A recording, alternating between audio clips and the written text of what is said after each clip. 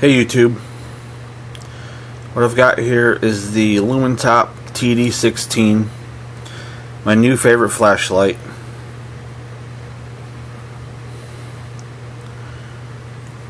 I'm not really going to go over all the specs on it since there's so many videos out there on that, but I want to do this review more or less as my new favorite versus my old favorite, which is the Phoenix td16, which is a really nice flashlight. Also had this 2, maybe 3 years now.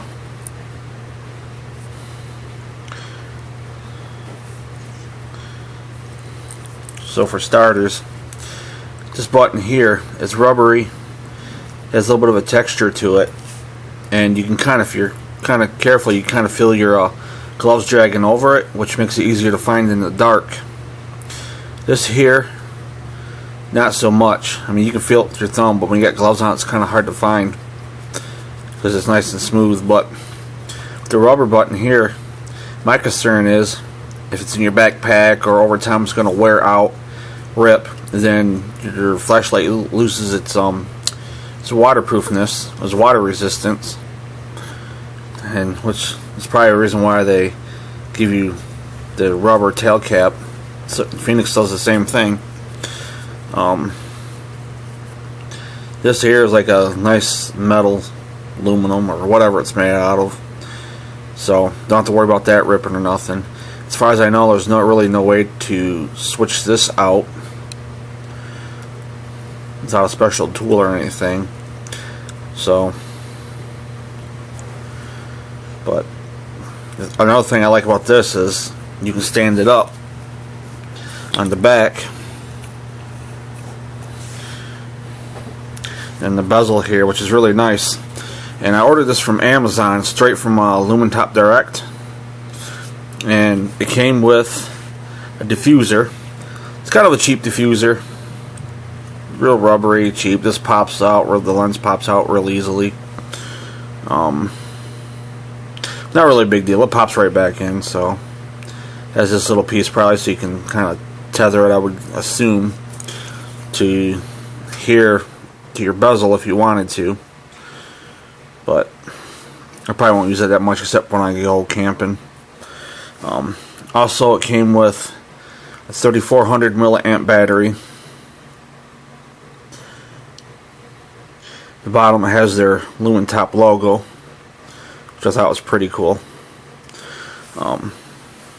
Only problem I've found with this battery so far is this is a 2900 milliamps, this is 3400, and they're the same length except the tip here, the positive, is just a little bit longer.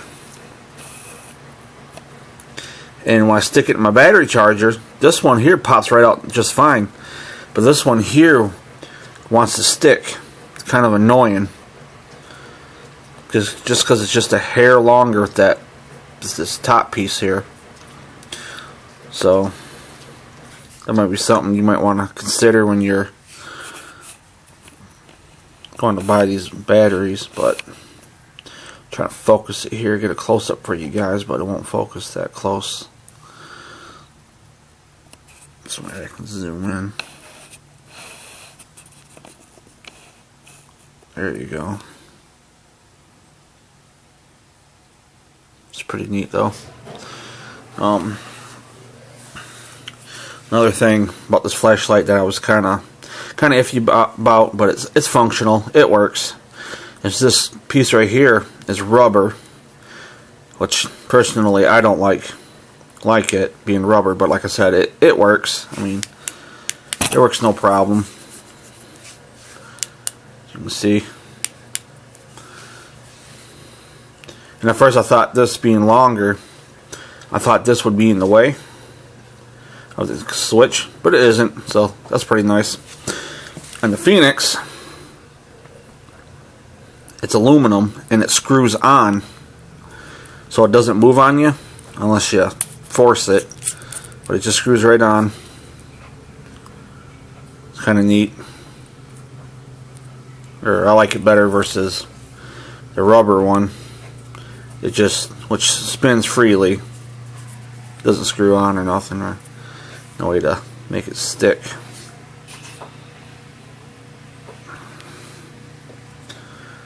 But I like the looks of this one better though, just my opinion.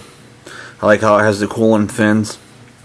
I had this out hunting this past week, and there was a barn that was like 400, maybe 450 yards away, and I could see the barn. It lit the barn up from that distance. Now, I'm not going to do so much of a which one brighter, because obviously 1000 lumens versus, I think this one here is the original version of the TK22, which I believe was 680 lumens. This has the, I think it's the, I forget exactly what LEDs in it, but it's the high one, which I think is more of a tighter pattern, and it throws further, and which is nice.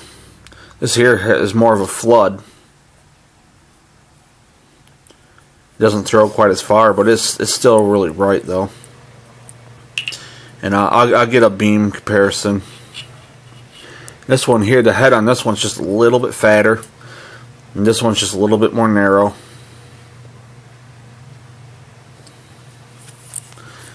And lengthwise,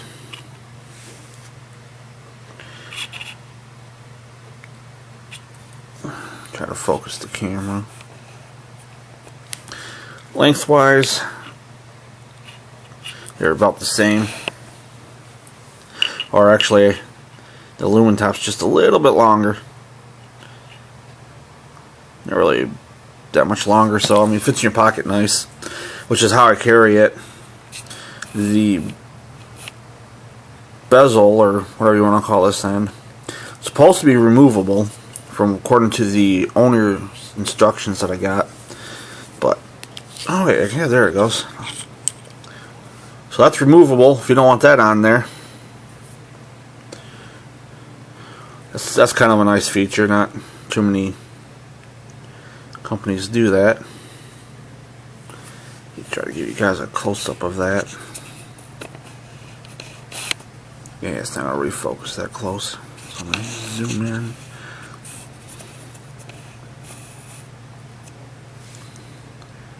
Just kind of give you guys a look at what that looks like without it.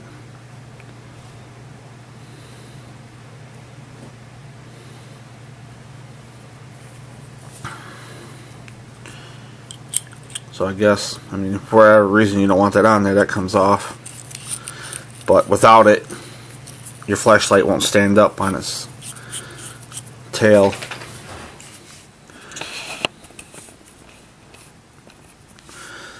Diffuser just pops right on over the top. Diffuses the light pretty good, lights up the room pretty decent, so power goes out, set it down. Won't stand up on the carpet, but set it down and just lights up the whole room. Alright, I'm going to do a beam shot comparison between the two here. Also, another thing I noticed about this I really like is in the woods, when I'm out in the woods, with this one here, since it's more of a flood than a thrower, when you're back in the thick woods where there's a lot of trees and stuff, for me it messes with my night vision a lot more because it's bouncing off all the trees. This here, not quite as bad because it seems to get between the trees better. The hot spot on this is like noticeably smaller when you do a beam shot comparison to this. So I'll be right back.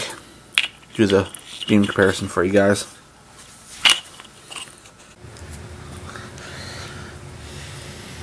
Alright, YouTube, I gotta do this on the ceiling. The one on the right here is the TK22, the Phoenix, and then on the left is the Lumintop. Or actually, you're right, my left. Lumintop, definitely brighter. Can't tell if the camera can tell the difference or not, but it's definitely a lot brighter. The Phoenix is a little bit dimmer, just a little bit bigger. as far as the hot spot goes. Alright, I got my rangefinder working, and the edge of that field is exactly 205 yards, and the tree line up top there is 372 yards. So I'll get about 205 yards along this edge of the field, and then the tree line along the top there, that's about 372 yards. So I'll be back when it's dark. Alright guys, here we are back at the field. It's finally dark out, and remember the camera doesn't pick up light as well as the eye does, but the opposite end of the field there, which is right there, the lights lighten it up really well. If there's anybody over there, you'd be able to see them.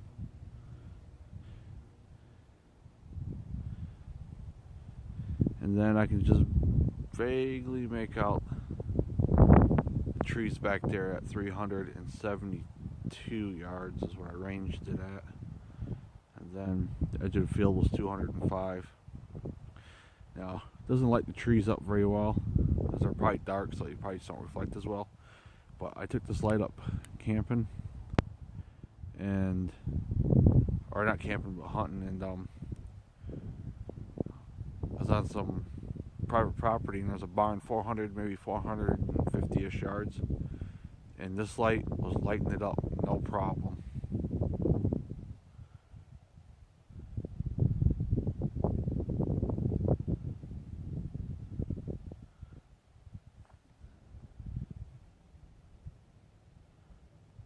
That's probably about 100 yards. You can just kind of make it out. My camera's not focusing so well, but still kind of make it out. But this flashlight throws really well. That tree there is probably about 50, 60 yards. Tree there is probably 50 or 60 as well. That one there is about 20. You can see how tight that hot spot is. Throws really well. Like, it's lighting up the trees right there. They're about 100 yards in. The camera's not even picking it up. But yeah, this will definitely light up a field.